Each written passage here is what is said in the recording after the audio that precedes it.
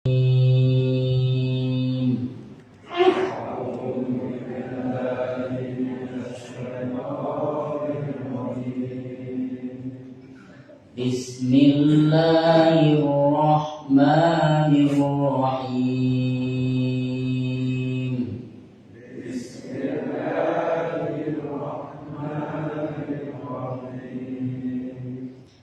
Alif Lam Mim.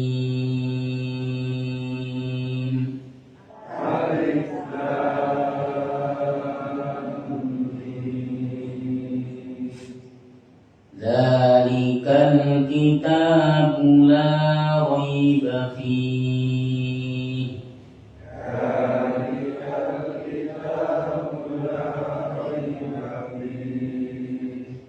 Hudan lil muttaqin.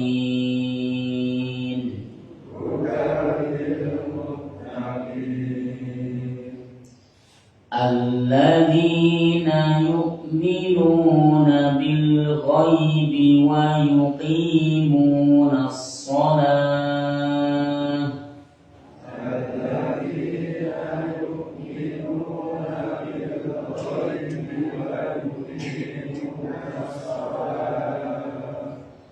ويقيمون الصلاة ومما رزقناهم ينفقون.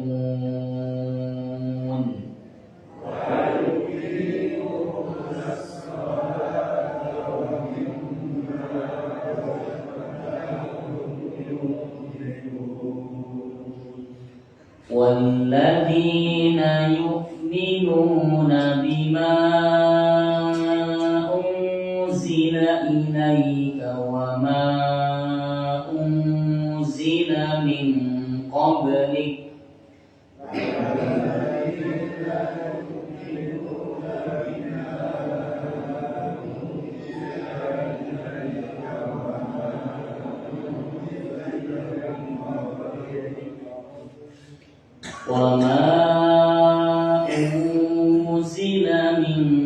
قبلك وبالآخرة هم يوقنون.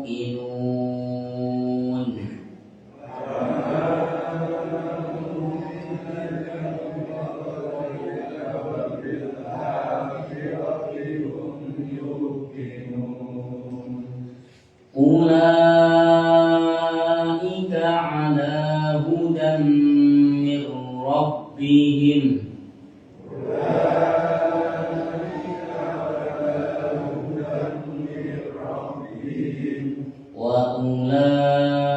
وأولئك هم المفلحون.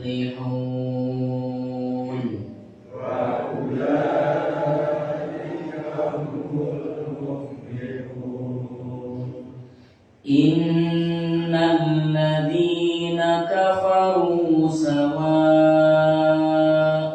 عليهم أأنذرتهم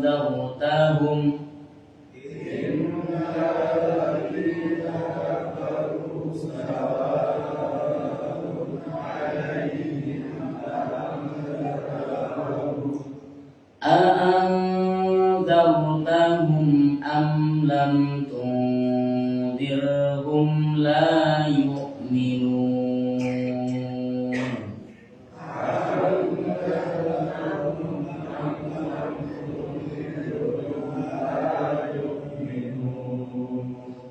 ختم الله على قلوبهم وعلى سمعهم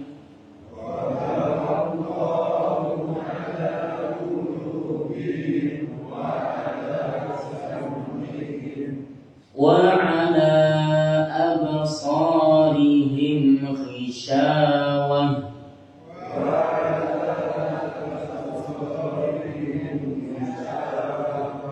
ولهم عذاب عظيم.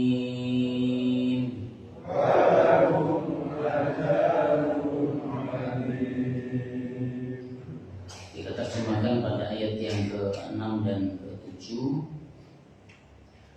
Inna sesungguhnya alladzina orang-orang yang kafaru mereka kafir sawaun sama saja alaihim atas mereka a'andzartahum apakah engkau beri peringatan kepada mereka am lam tunzirhum ataukah engkau tidak beri peringatan kepada mereka la yu'minuna mereka tidak bakalan beriman khatamallahu karena Allah menutup mereka ala qulubihim atas hati-hati mereka wa ala sam'ihim dan atas pendengaran mereka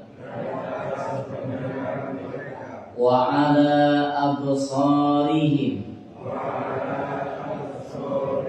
dan atas penglihatan mereka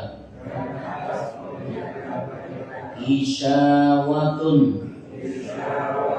tertutup walahum dan bagi mereka adzabun siksaan azimun yang pedih. Bapak Ibu yang kami muliakan, setelah Allah Subhanahu wa taala menyebutkan tentang sifat orang-orang yang bertakwa, orang-orang yang bisa mengambil petunjuk dari apa yang ada di dalam Al-Quran. Di antaranya adalah mereka adalah orang-orang yang beriman terhadap perkara yang gaib. Mereka orang-orang yang menegakkan sholat. Mereka orang-orang yang menginfakkan sebagian harta mereka di jalan Allah. Dan juga mereka beriman terhadap apa yang Allah turunkan kepada Nabi SAW berupa Al-Quran. Begitu pula beriman kepada apa yang diturunkan kepada Nabi dan Rasul sebelumnya. Di antaranya adalah di sana ada kitab Zabur, di sana ada kitab Taurat, di sana ada kitab Injil yang diturunkan kepada Nabi Daud alaihissalam, kepada Nabi Musa alaihissalam, kepada Nabi Isa alaihissalam, dan juga suhuf-suhuf berupa lembaran-lembaran yang Allah turunkan kepada Nabi dan Rasul yang lain.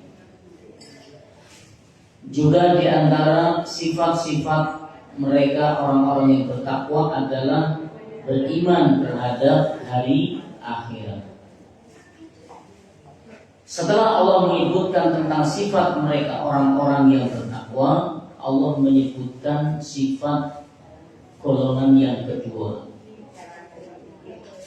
Sifat golongan yang kedua. Siapa mereka? Yaitu orang-orang kafir. Allah menyebut tentang sifat orang-orang kafir ini pada ayat yang ke-6 dan ke-7. Di mana Allah Subhanahu wa taala berfirman, "Innal ladzina kafaru", sesungguhnya orang-orang yang kafir, sawa'un alaihim, sama saja untuk mereka, a'andzartahum am lam tunzirhum, sama saja untuk mereka diberi nasihat ataupun tidak diberi nasihat. dikasih peringatan ataupun tidak dikasih peringatan, la yu'minun, mereka tetap saja tidak akan beriman. Apa sebabnya? Allah mengatakan khatamallahu, Allah telah mengunci nanti, Allah telah menstempel mereka, menutup mereka. Apa yang Allah tutup? Ala qulubihim, hati mereka Allah kunci mati. Wa ala sam'ihim, pendengaran mereka. Wa ala absarihim, penglihatan mereka. Ghisyawatun, tertutup rapat. Walahum azabun azim, dan untuk mereka siksaan yang sangat pedih. Allah Subhanahu wa taala menyebutkan dalam ayat yang ke-6 ini, sesungguhnya orang-orang kafir itu sama saja bagi mereka. Apakah engkau beri peringatan kepada mereka ataupun tidak, itu tidak akan beriman. Nabi Shallallahu Alaihi Wasallam, seorang nabi yang sangat sedih ketika mendapati ada di antara umat beliau sudah didakwai, diajak, diingatkan, dinasehati, namun tidak mau beriman. Cukup kesedihan bagi Nabi Shallallahu Alaihi Wasallam ketika 13 tahun baginda Nabi mendakwai orang-orang Mekah, namun mereka enggan mengikuti ajakan baginda Nabi Shallallahu Alaihi Wasallam. Ini menunjukkan betapa kasih sayangnya baginda Nabi kepada umat beliau. Dan kita pun Bapak Ibu sekalian yang dimuliakan, ketika mendapati ada di antara keluarga kita, sahabat atau kawan kita yang dia jatuh pada kemaksiatan, bahkan mungkin ada di antara mereka yang tidak mau memeluk agama Allah Subhanahu wa taala, kita pun sedih, kasihan terhadap mereka. Karena ancaman Allah di akhirat, azab yang sangat pedih. Jadi kita kasihan kepada mereka, orang-orang yang belum mendapatkan petunjuk, belum mendapatkan hidayah. Mereka masih bergelimang berusaha. Kita kasihan.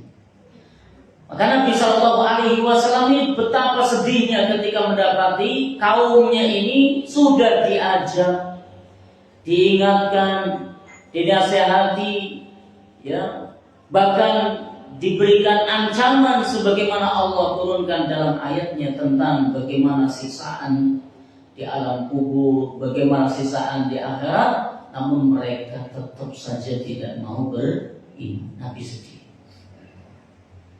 Nabi sedih. Sebagaimana Nabi Shallallahu Alaihi Wasallam sedih ketika apa? Nabi Shallallahu Alaihi Wasallam diberikan haud telaga oleh Allah Subhanahu wa taala, dan Nabi menunggu di sana, menunggu kedatangan umat beliau. Maka satu persatu, berkelompok datang memasuki telaga Nabi. Betapa senangnya. Namun tiba-tiba ketika ada sekelompok orang yang sudah dekat dengan telaga Nabi, tiba-tiba diusir. Gak boleh masuk. Tiba-tiba diusir. Sampai-sampai Nabi SAW mengatakan, ummati, itu adalah umatku. Ya Allah, itu adalah umatku. Namun Allah SWT mengatakan, engkau tidak tahu apa yang dilakukan oleh orang-orang ini sepeninggalmu. Dalam riwayat yang lain mengatakan, engkau tidak tahu apa yang mereka lakukan, ya, dari perkara ibadah yang tidak pernah engkau tuntunkan. Nabi sedih, ya, Nabi sedih. Makin menunjukkan betapa kasih sayangnya Nabi SAW kepada umat beliau. Maka ayat ini adalah penyejuk hati. Penyejuk hati untuk Nabi Shallallahu Alaihi Wasallam. Karena Allah Subhanahu Wa Taala sudah menyebutkan dalam firman-Nya di ayat ini, sesungguhnya orang-orang kafir itu sama saja mereka itu. Apakah engkau mau berikan peringatan kepada mereka atau engkau diamkan, maka sesungguhnya mereka tidak akan mau beriman. Ini penyejuk hati untuk Nabi Shallallahu Alaihi Wasallam. Allah sudah menyebutkan tentang itu. Mau engkau berikan peringatan berkali-kali, ribuan kali sekalipun, atau engkau tidak beri peringatan kepada mereka, maka sesungguhnya mereka itu tidak akan beriman. Apa kira-kira sebabnya? Bapak Ibu sekalian yang kami muliakan, sebabnya adalah ayat berikutnya Allah katanya, khatamallahu ala qulubihim. Allah telah mengunci mati hati-hati mereka itu. Wa ala sam'ihim, dan Allah telah mengunci mati pendengaran mereka. Wa ala absarihim ghishawah, dan Allah juga mengunci mati pandangan penglihatan mereka. Walahum adzabun adzim, dan Allah Subhanahu wa taala mengatakan mereka itu akan mendapatkan siksa yang pedih. Jadi sebabnya mereka itu dikunci mati oleh Allah adalah itu. Allah menyebutkan khatamallahu, Allah telah menyetempel. Artinya apa? Allah mengunci mati. Allah menutup. Allah menutup. Maka kata al-khatam di sini, khatamallahu, Allah telah menutup. Yang namanya penutup itu tidak ada tambahan lagi. Sebagaimana seorang ketika menulis sebuah karangan, sebuah buku, maka di penghujung buku tersebut ada kata penutup, kalimat penutup. Maka yang namanya kalimat penutup, kata penutup dalam sebuah karya tulisan itu berarti sudah tidak ada lagi tambahan. Itulah khotam, ya, penutup. Khotamallahu, Allah telah menutup ala qulubihim, atas hati mereka. Ya, kalau kita lihat betapa banyaknya ayat-ayat yang berkenaan dengan mentauhidkan Allah, mengesahkan Allah. Seberapapun banyaknya, seberapapun seringnya, mereka ini sudah diingatkan bagaimana keesaan Allah Subhanahu wa taala. Allah satu-satunya zat yang telah mencipta alam semesta ini. Allah satu-satunya zat yang memiliki, yang menguasai, yang mengatur seluruh alam semesta ini, apa yang ada di langit, di bumi, di antara keduanya. Maka konsekuensi dari itu semua adalah hendaknya kita menjadikan Allah sebagai satu-satunya yang berhak disembah dan diibadahi dengan benar. Walau betapa banyaknya ayat yang menceritakan tentang hal tersebut, yang menjelaskan tentang hal tersebut, namun mereka tetap saja kufur. Mereka tetap saja menyembah berhala. Mereka tetap saja menyembah Tuhan-Tuhan mereka. Ada yang dari batu mereka sembah, binatang mereka sembah, api mereka sembah, kayu mereka sembah, dan segala macam sesembahan mereka itu. Jadi nggak ngaruh, nggak efek ayat-ayat Al-Quran yang berkenaan tentang mentauhidkan Allah disampaikan kepada mereka, nggak efek. Tetap saja mereka menjadikan apa? Manusia disembah. Padahal manusia ini dia butuh makan, dia juga mengeluarkan kotoran, dia butuh minum, dia butuh pemberian, dia butuh rizki. Ya. Hidup saja dia butuh kehidupan diberi oleh Allah Subhanahu wa taala. Namun mereka sembah itu semua. Yang seringkali ya, apa yang mereka sembah ini ya mengesampingkan akal sehat. Sebagaimana yang dikatakan oleh Umar ibn Khattab radhiyallahu anhu. Umar ibn Khattab radhiyallahu anhu ketika beliau sudah masuk Islam, itu dalam sebuah riwayat disebutkan terkadang beliau nangis tanpa sebab, terkadang beliau tertawa tanpa sebab. Lalu ditanyakan kepada Umar ibn Khattab, wahai Umar, apa yang membuatmu menangis secara tiba-tiba, dan apa yang membuatmu tertawa seperti tidak ada sebabnya? Maka Umar mengatakan, adapun yang membuat aku tertawa adalah aku teringat bagaimana zaman jahiliyah sebelum masuk Islam. Ketika Umar ibn Khattab berhaji, maka ketentuan saat itu adalah setiap orang yang berhaji di zaman jahiliyah maka pulang harus membawa patung made in Mekah. Patung made in Mekah, buatan orang-orang Mekah. Maka kata Umar ibn Khattab, suatu ketika aku berhaji, aku lupa tidak membawa ya patung dari made in Mekah ini. Tidak ada yang aku bawa kecuali kurma. Maka aku pun bentuk dari daging kurma itu, aku bentuk patung berhala. Kemudian patung yang aku bentuk dari kurma itu aku sembah. Tiba-tiba aku merasa lapar yang luar biasa. Maka patung itu pun aku makan. Patung itu pun aku makan. Ini kan ya di luar akal sehat manusia. Gimana yang disembah ini ketika dimakan, dikunyah, ditelan, nggak ada respon apa-apa. Dan apakah ini yang dijadikan sebagai Tuhan oleh mereka? Di mana logika mereka? Di mana akal sehat mereka? Ini bagusan dikit mereka.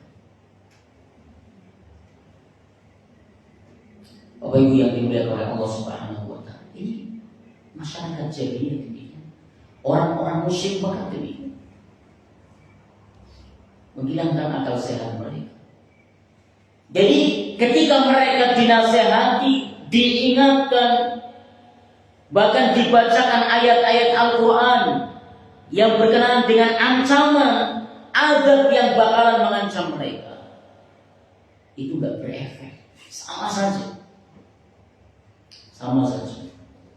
Karena Allah telah mengunci hati mereka, tidak akan bisa mendapatkan petunjuk. Maka kalau ada orang-orang kafir yang sudah Allah cap khatamallahu ala qulubihim, Allah sudah menutup dan mengunci hati mereka. Alhamdulillah, Ustaznya dimuliakan.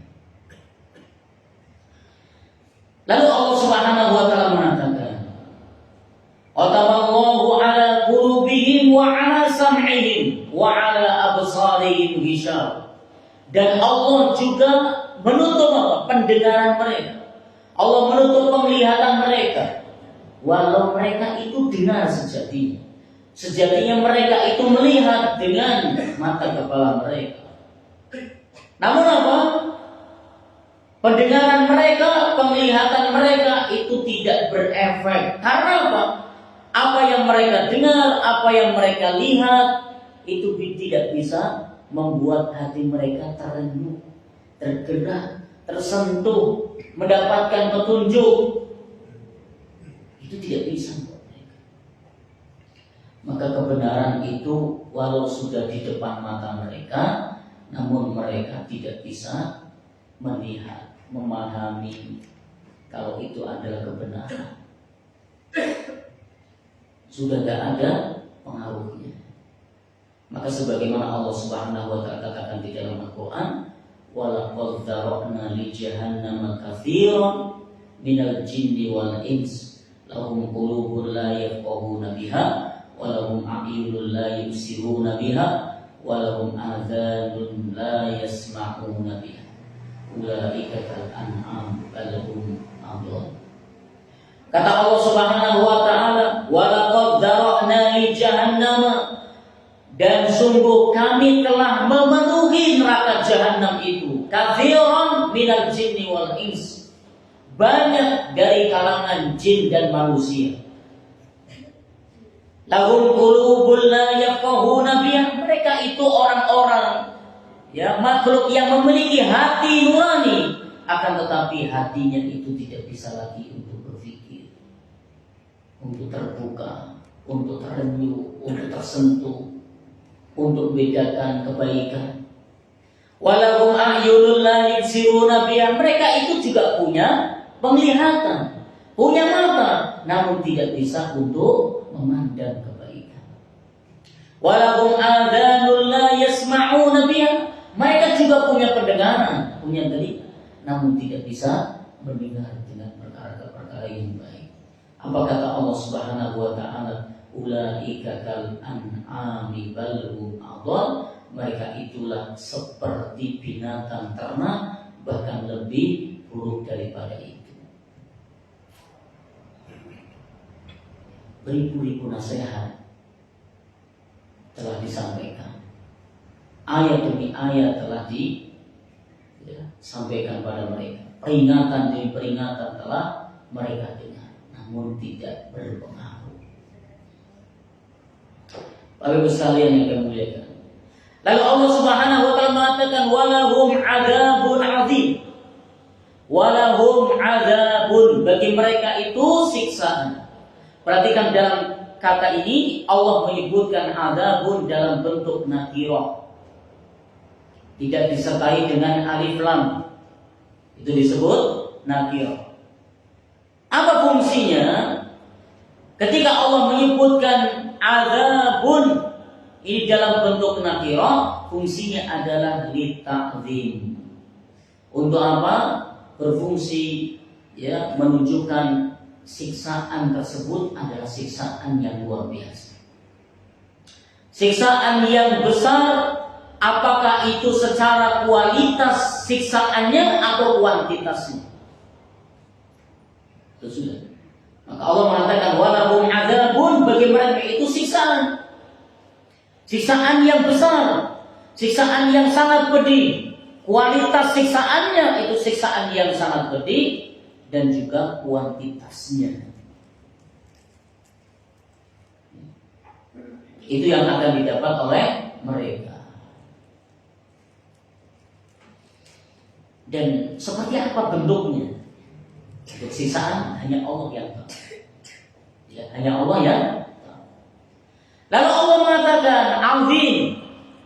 Allah sudah menyebutkan walahum adzabun, dan untuk mereka ini siksaan yang sangat pedih. Karena disebutkan dalam bentuk nakirah, masih ditambah azimun, yang dahsyat. Maka kata azimun ini artinya siksa yang dahsyat ini sebagai penegasan bahwa bentuk-bentuk siksaan yang mengancam mereka itu, yang bakalan didapat oleh mereka itu siksaan yang benar-benar dahsyat, yang betul-betul pedih. Nah, Bapak Ibu sekalian yang dimuliakan oleh Allah Subhanahu wa taala, dalam ayat ini Allah menyebutkan tentang khatamallahu ala qulubihim. Allah menyebutkan ditutup atau dikunci mati hati mereka. Allah dahulukan hati daripada penyebutan pendengaran dan penglihatan. Allah katakan dalam surat Najm ayat yang ke-7, khatamallahu ala qulubihim wa ala sam'ihim wa ala absarihim. Allah telah mengunci mati hati mereka, pendengaran mereka, dan penglihatan mereka. Di sini Allah dahulukan kata hati. Apa maksudnya? Di antara ulama mengatakan Allah mendahulukan penyebutan kata hati karena hati ini adalah bagian organ yang sangat penting dalam tubuh manusia. Disebutkan ya, hati itu adalah malakul a'dha, rajanya anggota tubuh. Tapi yang dimaksud di sini bukan hati ya ketika seperti kalau kita nyembelih kurban lalu diambil hatinya, bukan itu. Hati di sini yang dimaksud adalah jantung. Hati di sini yang dimaksud adalah jantung.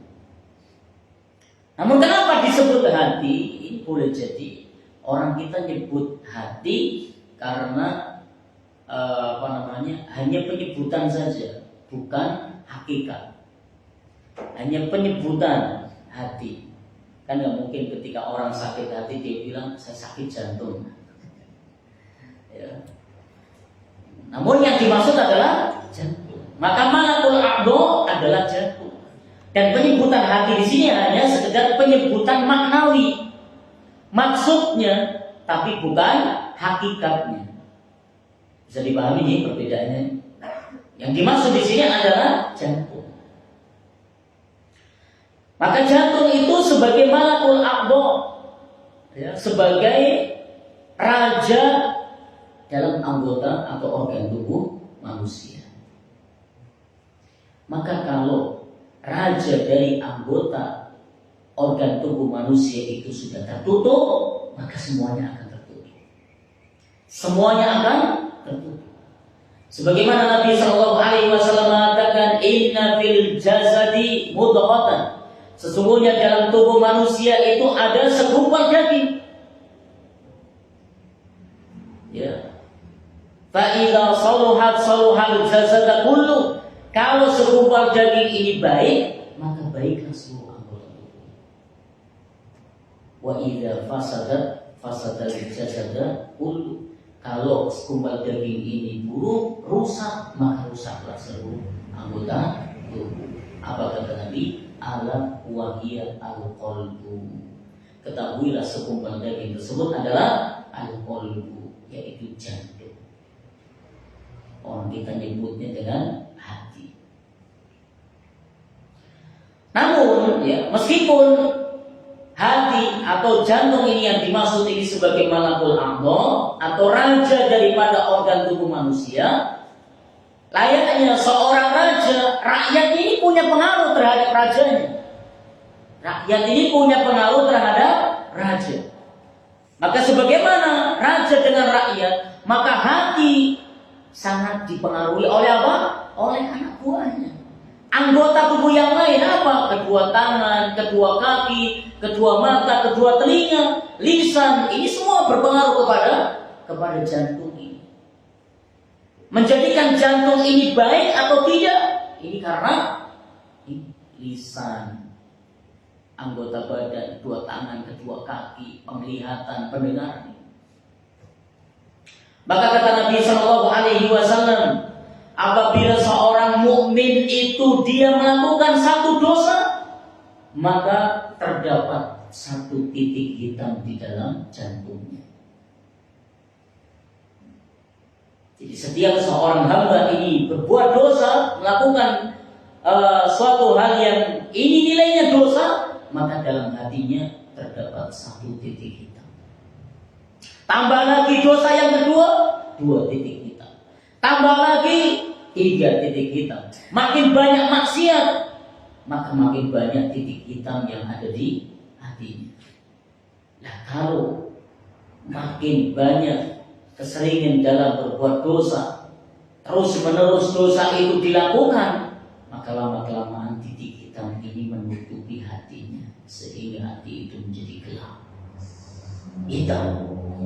Maka manakala hati itu sudah menghitam, matilah, tertutuplah hatinya. Nah, ini maksudnya.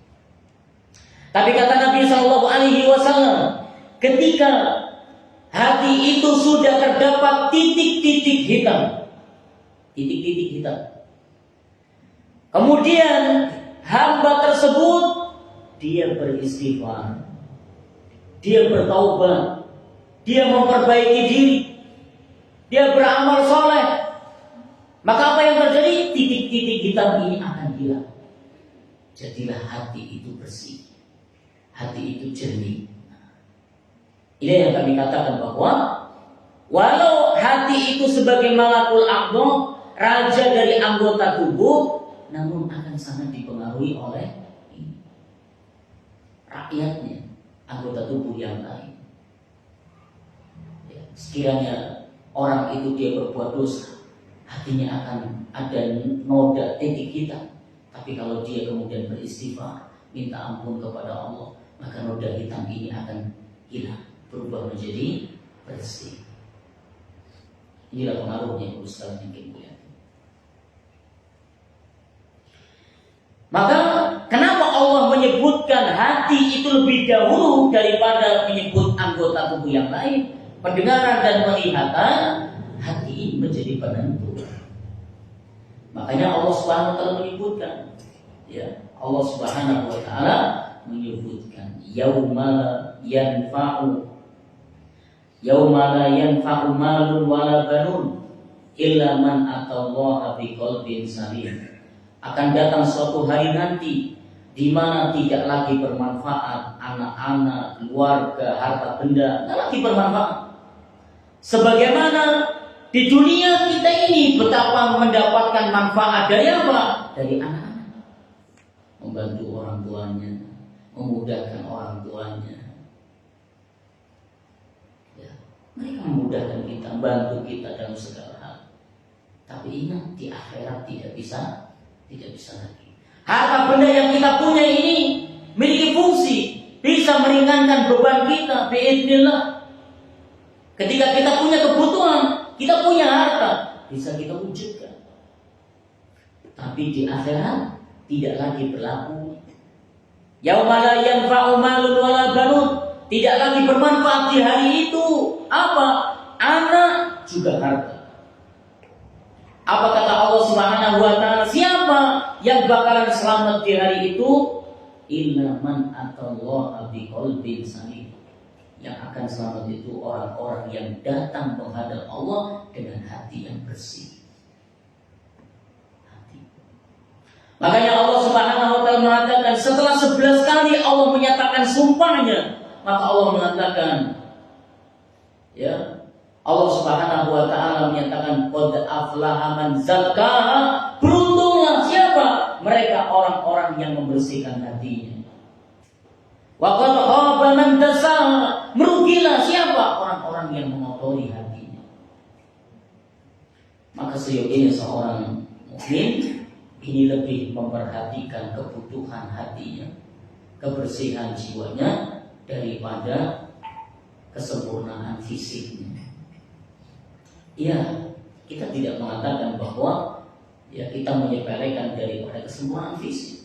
Memperhatikan penampilan itu sangat penting. Memperhatikan fisik anggota tubuh kita sangat penting. Berolahraga, ya, dan kita berpenampilan yang baik ini penting. Namun apa? Ada yang lebih penting dari itu, sehingga perhatian porsi untuk kita memperhatikannya ini semestinya lebih. Apa itu? Hati. Orang-orang munafik itu mereka lebih memperhatikan jasadnya, jasmaninya, anggota tubuhnya, ya, penampilannya, tapi hatinya nol. Maka seorang mukmin bukan demikian. Seorang mukmin tidak demikian. Seorang mukmin itu memperhatikan penampilannya, kebersihannya, kebersihan bagian luarnya, zahirnya yang nampak ini, bagaimana kesehatan tubuhnya, jasmaninya. Tapi juga apa? Lebih dia perhatikan lagi daripada itu, yaitu hatinya. Karena hati menjadi penentu. Orang yang selamat di hadapan Allah kelak adalah orang yang datang menghadap Allah dengan bawa hati yang bersih. Jadi kalau misalnya mengatakan ya untuk memenuhi jasmani dan rohani 50-50 dong. Ya, 50-50, 50% perhatian kita. kita katakan sebaiknya proporsional. Itulah yang lebih tepat. Proporsional. Bagaimana kita memperhatikan penampilan anggota tubuh kita, menjaga fisik kita, ya itu tidak salah. Satu hal yang penting. Namun semestinya porsi untuk memperhatikan bagaimana kejernihan hati kita itu lebih. Karena akhirat itu bersifat kekal, sementara dunia itu hanya berapa puluh tahun. Apakah kemudian dikatakan adil ketika kita memperhatikan keduanya ini 50-50 imbang? Tidak adil. Maka semestinya proporsi sesuai dengan porsinya. Bapak Ibu sekalian yang dimuliakan oleh Allah Subhanahu wa taala. Bagaimana perkataan para ulama ketika menafsiri ayat ini? Imam As-Sudi rahimahullah taala beliau mengatakan, ketika Allah menyebutkan khatamallahu, Allah mengunci hati mereka, maka kata beliau adalah Allah telah mengunci hati sehingga sulit dibuka. Allah telah mengunci. Imam Qatadah rahimahullah taala mengatakan, setan telah menguasai hati mereka. Kenapa? Sebabnya mereka mentaati setan. Ketika mereka manusia mentaati setan, maka setan akan menguasai. Setan akan menguasai hati. Maka kalau setan itu sudah menguasai hatinya, maka Allah akan kunci mati hati mereka. Pendengaran mereka Allah kunci mati. Penglihatan mereka Allah kunci mati. Allah tutup rapat-rapat. Sehingga susah untuk mereka mendapatkan petunjuk hidayah. Karena apa? Mereka bisa melihat, bisa mendengar, namun ya hanya penglihatan yang zahir, pendengaran yang zahir, hanya mendengar saja, namun tidak bisa mengambil faedah dari apa yang dia dengar. Ibnu Jurayj menuturkan, Mujahid berkata, yang dimaksud dengan khatamallahu ala qulubihim, Allah menutup hati mereka. Ini maksudnya adalah at-tabamu. Apa artinya? Berbagai macam dosa telah melekat dalam hati. Maka ketika berbagai macam dosa ini telah melekat dalam hatinya, membuat hati itu kemudian sudah tertutup, maka disitulah hati mati. Hati mati. Adapun Al-Masri rahimahullah taala beliau mengatakan ketika menjelaskan perkataan Mujahid rahimahullah taala, beliau mengatakan, Imam Mujahid mengatakan, ketika seorang manusia ini berbuat dosa, maka ibarat jari jemari tangan kita. Ketika seorang hamba dia berbuat satu dosa, maka satu jari tangan ini kita nutup. Nutup. Tambah dosa lagi makin banyak, jari yang berikutnya. Tambah dosa lagi, jari berikutnya itu. Sampai semua 5 jari kita tertutup, maka hati ini ibarat sudah tertutup begini, terkunci. Sulitkah untuk terbuka? Ini kata Imam Mujahid. Sedangkan Imam Al-Qurtubi rahimahullah taala mengatakan, Allah mensifati dirinya menutup khatamallah, Allah mengunci mati. Mengunci mati hati mereka. Mengunci mati pendengaran dan penglihatan mereka. Apa kata Imam Al-Qurtubi rahimahullah taala mengatakan, ini sebagai balasan atas apa? Atas kekufuran mereka. Karena sebab Allah Subhanahu wa taala mengatakan, bal taba Allahu 'alaiha bi kufrihim. Sekali-kali tidak, bahkan apa? Sebenarnya Allah telah mengunci mati hati mereka. Apa alasannya? Bi kufrihim, karena sebab kekafirannya mereka. Karena sebab kekafirannya mereka itu kemudian apa? Allah mengunci mati. Allah mengunci mati. Ini bapak sekalian yang dimuliakan oleh Allah Subhanahu wa taala. Sedangkan Ibnu Jurayj ya, di penutup perjumpaan kita pagi ini, dia mengatakan, yang lebih tepat kata Imam Ibnu Jurayj, bahwa Allah Subhanahu wa taala telah menutup, mengunci hati mereka. Mengunci hati mereka sebagaimana hadis dari Abu Hurairah radhiyallahu anhu, kata Nabi SAW mengatakan, innal mu'mina, sesungguhnya seorang mukmin, idza aznaba dzamban, apabila seorang mukmin itu berbuat dosa. Wa naza'a wasta'taba sukila qalbuhu. Orang ini berbuat dosa, maka ada nokta hitam, titik hitam di dalam hati. Tapi seandainya fa'intaba, kalau hamba itu kemudian dia mohon ampun pada Allah, wa naza'a, dan dia berbuat, ya, dia naik dari dosanya, artinya dia meninggalkan dosa itu, dia menyesali dosa tersebut, wasta'taba, kemudian dia mencari ke Allah Subhanahu wa taala. Apa kata Nabi? Sukila qalbuhu, hatinya akan jadi jernih. Yang tadinya banyak titik-titik hitamnya, sekarang sudah jadi putih jernih.